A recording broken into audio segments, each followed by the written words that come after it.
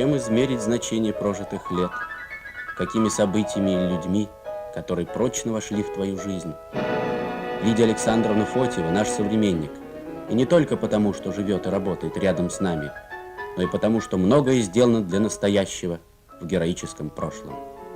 Жизнь подарила ей большое счастье быть свидетелем и участником событий, память о которых до мельчайших подробностей мы обязаны сохранить для себя и для будущих поколений.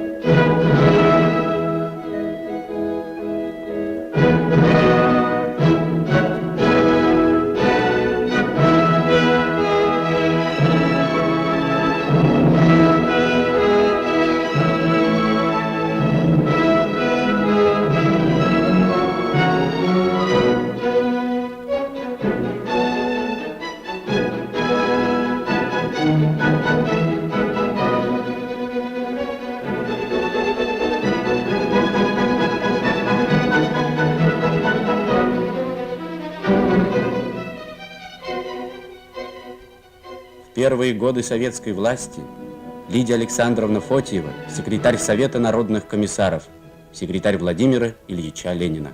Меня часто спрашивают, особенно молодежь, как я вошла в революцию, как я впервые встретилась с Лениным. Детство мое было безмятежным, счастливым. Я с 5 лет училась музыке, считалась очень способной. И папа с удовольствием слушал мою игру, и все хвалили меня.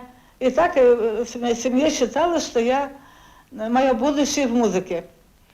Окончив гимназию, я поступила в консерваторию по конкурсу, выдержала экзамен по конкурсу.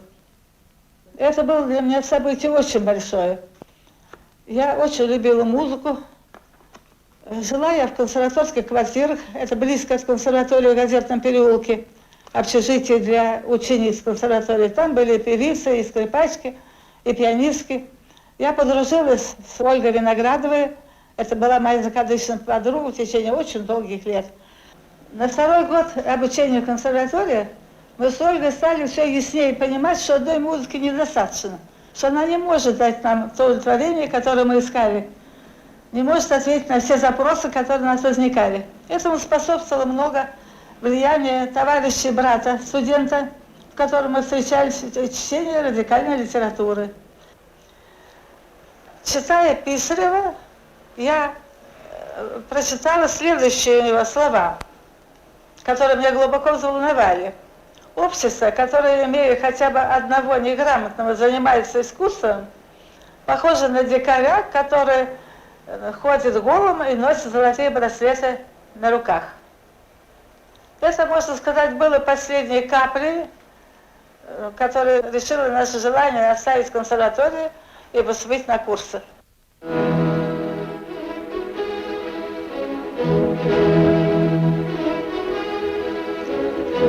следующем году, осенью, я поступила на бестужские курсы, но мое пребывание на бестужских курсах не превышало полугода. Через полгода, 3 марта 1901 года, состоялась грандиозная демонстрация студентов и курсисток на площади Казанского собора. Я, конечно, участвовала в этой демонстрации, была арестована. Против нас были мобилизованы конные казаки, которые били нагайками, попала и мне нагайкой. И я в числе других женщин была посажена в Литовский замок, уголовная тюрьма. Нас было там только 17 человек, остальные студенты-курсистки были размещены по другим тюрьмам, по полицейским участкам и так далее. Это было мое первое боевое крещение. Я пробыла там, как и все арестованные, 2 недели. И когда меня освободили, дала подписку о немедленном выезде из Питера, подняла надзор полиции. Я уехала в Пермь. В Перми тотчас же, конечно, образовалась группа вот таких высланных студентов-курсисток, как и я. И мы объединились и стали заниматься революционной работой. Нам не страшно было встречаться друг с другом, Мы не могли друг друга скомпрометировать, все равно все были под глазным надзором. Мы стали заниматься революционной работой, вскоре создалась обстановка такая, что должны были меня немедленно, неминуемо арестовать. А тогда я решила уехать за границу. Получила заграничный паспорт, выехала из Перми. Но по своей наивности тогдашней, вместо того, чтобы сразу ехать на границу и воспользоваться паспортом, выехать, я заехала к тете, которая была в Рязани, пробыла 2 недели. А когда я уже была на границе в Разболове, то меня там арестовали. Арестовали и, к моему удивлению, припроводили в Киев. Я, чтобы скрыть свой страх, во все горло пела, вернее, орала революционные песни. Подряд все, которые знала. Так мы, развлекая друг друга, продолжали ехать. В киевской тюрьме я пробыла 14 месяцев. После освобождения была направлена опять в Пермь. В Перми включилась революционная работа, была арестована и после освобождения решила бежать за границу. Этот побег произошел романтическим образом, совершенно открыто. Я вышла с черного хода из дома, где я жила, вечером, это был поздним вечером, зашла во двор, где была приготовлена тройка с бубенцами, привешена к дуге. И кучером был один из товарищей. На этой тройке я совершенно открыто выехала из Перми и прибыла на одну пристань, которая была в 7 километрах, в 7 верстах от Перми. Там получила от учительницы паспорт, и с этим паспортом села на пароход, доехала до Самары. В Самаре в партийном комитете мне дали явку к Владимиру Ильичу Ленину в Женеву. И указали, как переехать границу. Границу я перешла при помощи контрабандистов. У меня не было с собой никакого имущества. Из более-менее ценных вещей была золотая цепочка на шее и кавказский серебряный пояс. Но контрабандисты сказали мне, что это опасно, может обратить внимание, и я должна была им отдать эти последние ценные вещи. Я потом только поняла, что они просто меня ограбили. И через Берлин благополучно прибыла в Женеву.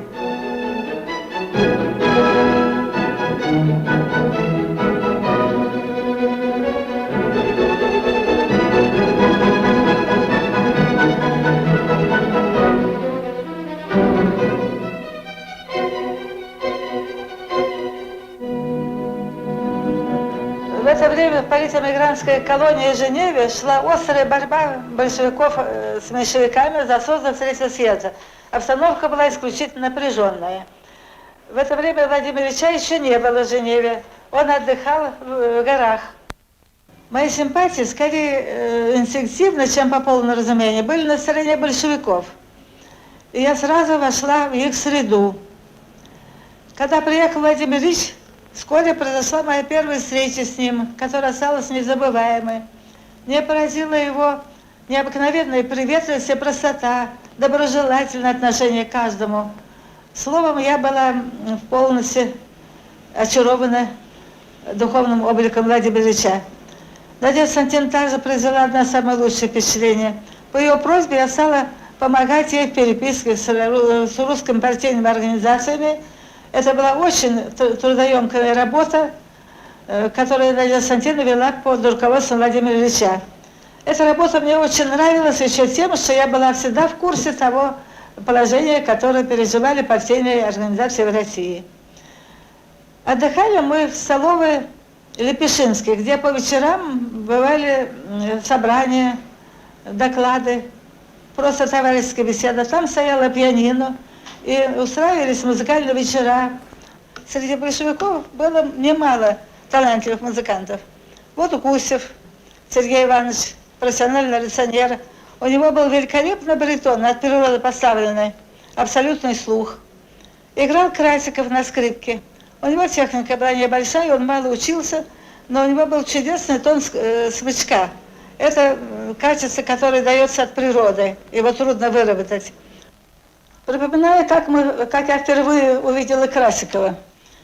Из русской почты я знала о провале московской организации. Я знала, что товарищ Игнат, он же Красиков Петр Ананьевич, удалось спастись, и он едет за границу.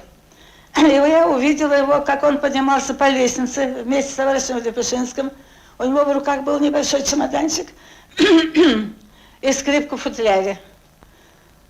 Профессиональный революционер, спасшийся случайно из рук жандармов и полиции и не забывший при этом захватить скрипку, это поразило мое воображение музыкантши и революционерки.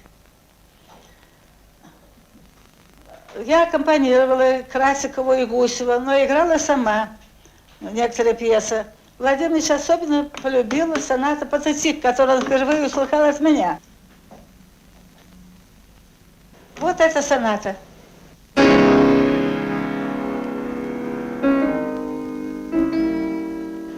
Владимиру Ильичу она очень понравилась. Он подошел ко мне и сказал: вам надо учиться.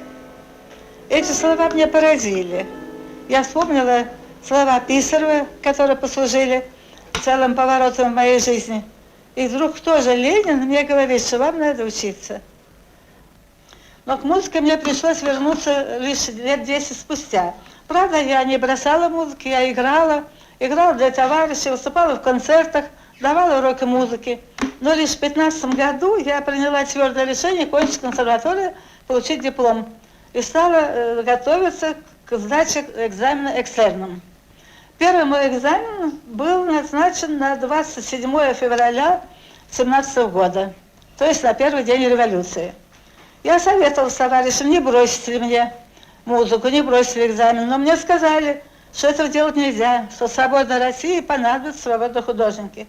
В мае 1917 года я дала экзамены, получила диплом, заперла рояль на ключ и ушла в Таврийский дворец, погрузилась целиком в революционные работы, революционные события.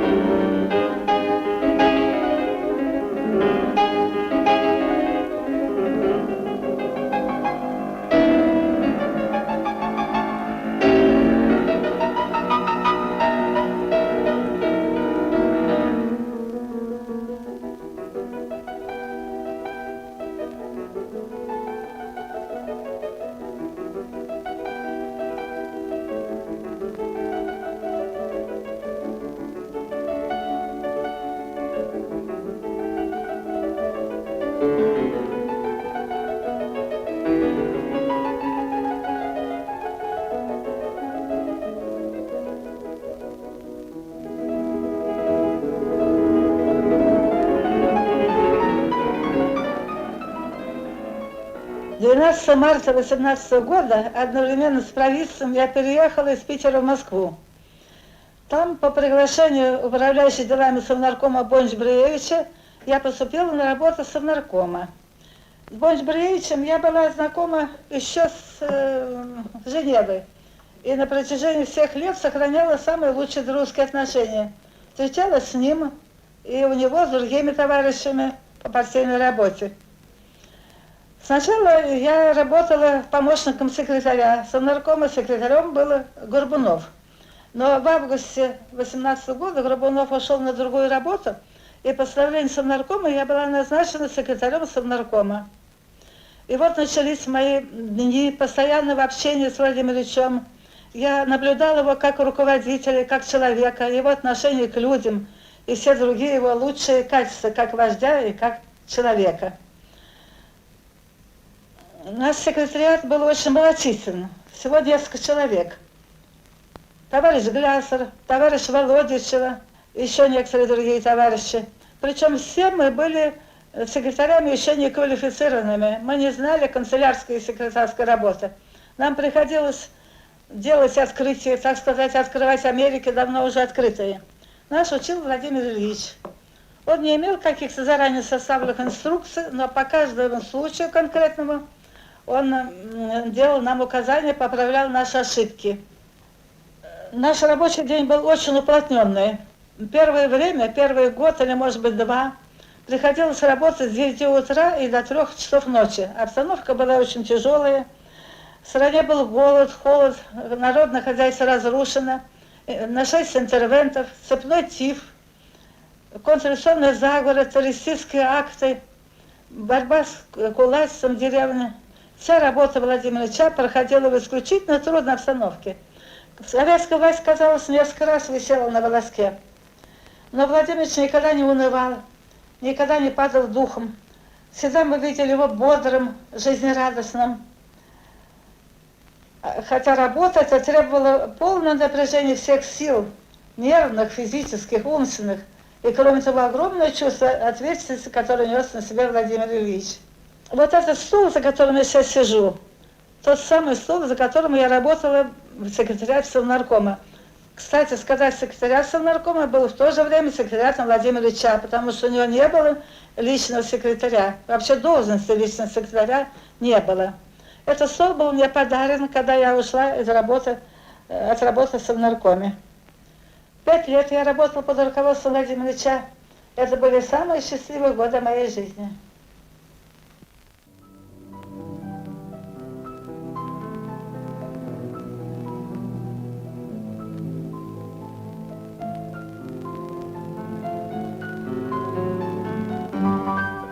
Это рабочий кабинет Владимира Ильича Ленина. Здесь он работал, начиная со дня после переезда правительства в Москву и до 12 декабря 22 года.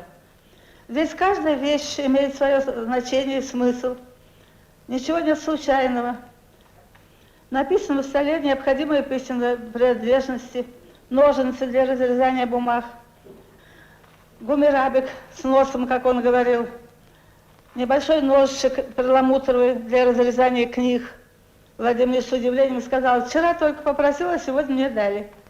Телефон, по которому Владимир Ильич говорил, в последнее время Владимир Ильич хуже слышал, сделан был усилитель.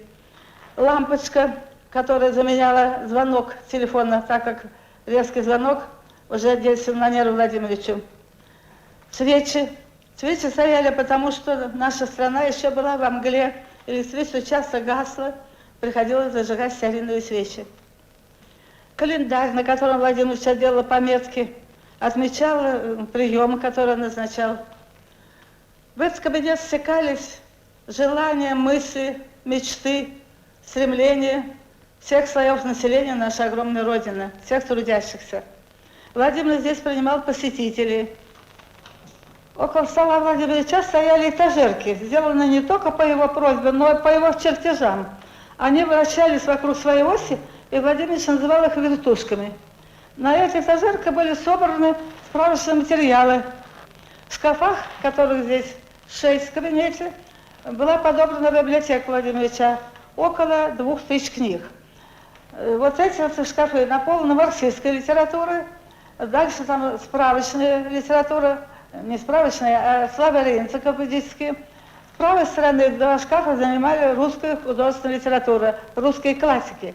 Владимир Ильич очень любил русскую классическую литературу. И в короткую минуту отдыха он подходил к шкафу, выбирал ту книжку, которую ему в данный момент хотелось, и просматривал ее, возобновлял в своей памяти странички любимых авторов. Перед столом Владимира Ильича кресло, простое деревянное кресло с плетеной спинкой, плетеным сиденьем. Именно на таком кресле Владимир Ильич сидел всегда. Такое же кресло было у него в зале заседания Совнаркома. Мягкие кресла он не любил, они служили лишь для посетителей. В этом кресле Владимир Ильич сидел в последний день, 12 декабря, и ушел отсюда в свою квартиру.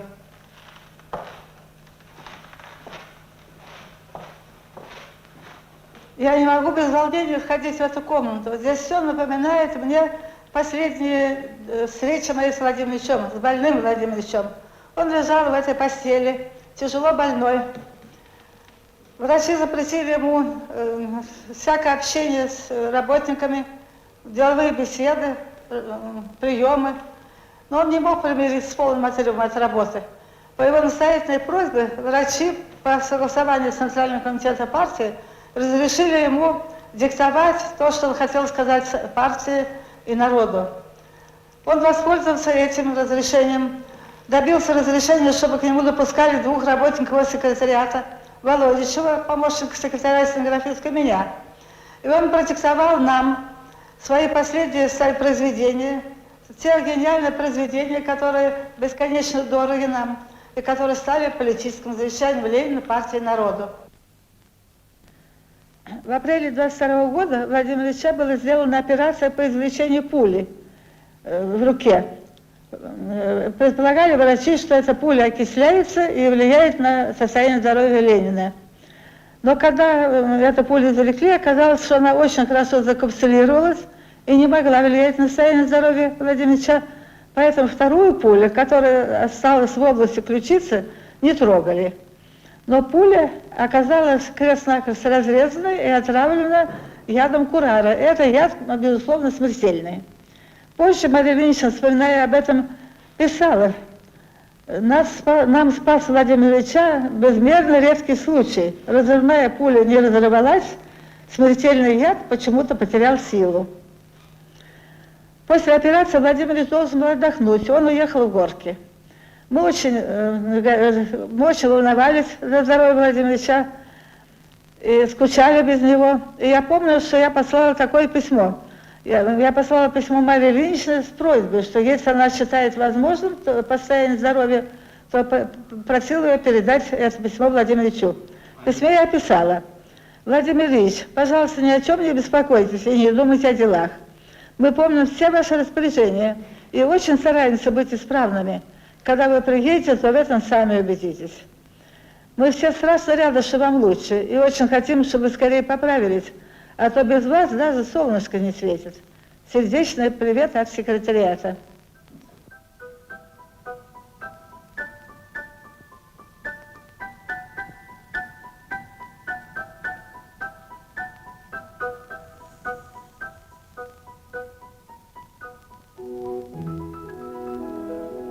И сегодня, когда Лидия Александровна приходит сюда, на Красную площадь, оживают в ее памяти страницы большой жизни, освященные именем Ленина.